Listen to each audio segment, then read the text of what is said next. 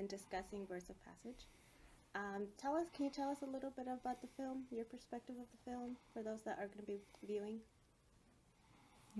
Yeah, Birds of Passage is the story of a Colombian family, of a Wayuu family of the northern part of the country, the Guajira, who is a very traditional family who has lived in this territory forever, and it's a story of the arrival of capitalism in its most pure and its most savage form, and how this family has to deal with that arrival, which is like a storm. Is the form of the desire for the marijuana, which is a new plant that foreigners are seeking and craving, and how this family has to deal with the brave new world that is arriving. And it's a story about love, about tragedy. It's a story of the birth of our modern society, and how this process changed forever the fate of our country. Now, can you explain to me the title? Why that title? As I was watching the movie myself, I was like, oh, this is why the title. But then I kept going like, no, this is the reason why of the title. So Yes. can you tell me the Birds of Passage to Pájaros de Verano? Yeah, we don't want to use a title that it's explicative. We think that for us the title is more something that is more evocative.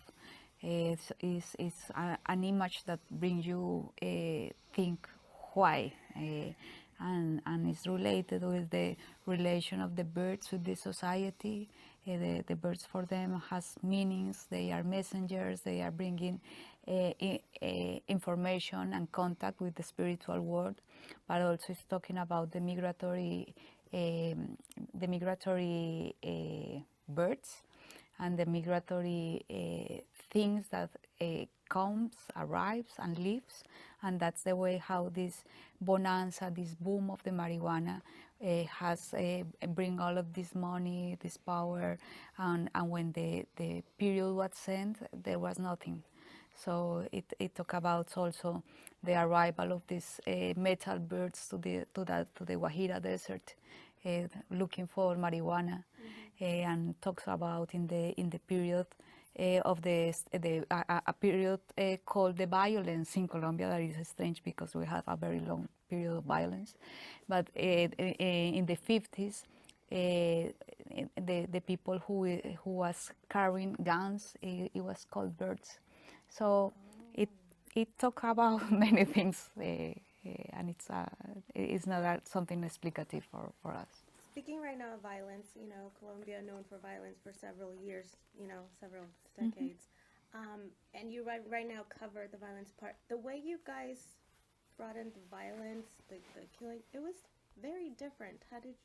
Why made you come about bringing it so differently, not so violently, but yet knowing it's there? Mm-hmm. Yes, we feel that this genre has, when you talk about gangster films or crime films, there's usually a celebration of violence that is implicit, and violence is very appealing on screen, and you can make it look very glamorous and very exciting. But we decided that even though this was a story that dealt with violence, it needed to be portrayed in a different way. So most of the violence is kept off of screen, and when it happens, it's not shot in a way that is glamorizing. It's shot in a way, or you don't have that many cuts or that many shots to try to make it exciting and try to turn it into an action sequence.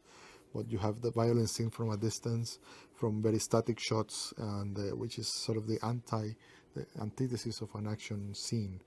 Also, when a violent act is committed, usually the focus is on the person who commits it, wondering what that act of violence has on the person who does it, more than on the act of violence itself. Yeah, it's a whole new way of understanding violence, which has to do with asking what does that violence mean to us, mean to our society. Because the celebration of violence is everywhere. So, there's very little thought given to its consequences. Mm-hmm.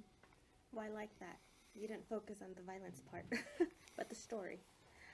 So I understand you actually, if I'm not mistaken, went to approach the native Wayuu community, and this was a little, if I'm not mistaken, again from my research I did, it was based on stories you guys had an opportunity of Yes, in the 2007 we were in the region doing research for another film that Ciro directed and we made together, The Wind Journeys, and was set in the same period in the 60s in the north of Colombia, but was about music.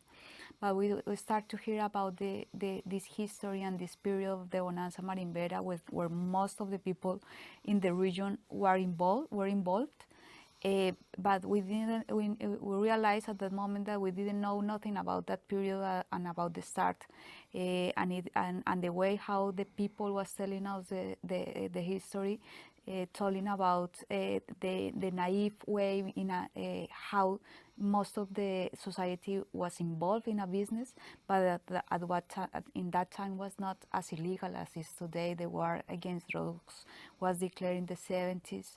And all the start talk about the change of the society, and we hear many histories, and after some years we start to write in the script, and we put together histories that we have here, and we create all this family based in the stories, based in the research that we have made. But we create, this is a fictional film based in true stories. Well, thank you so much for your time. This was very informative. Thank you. Thank you. Okay, Muchas thank you. gracias.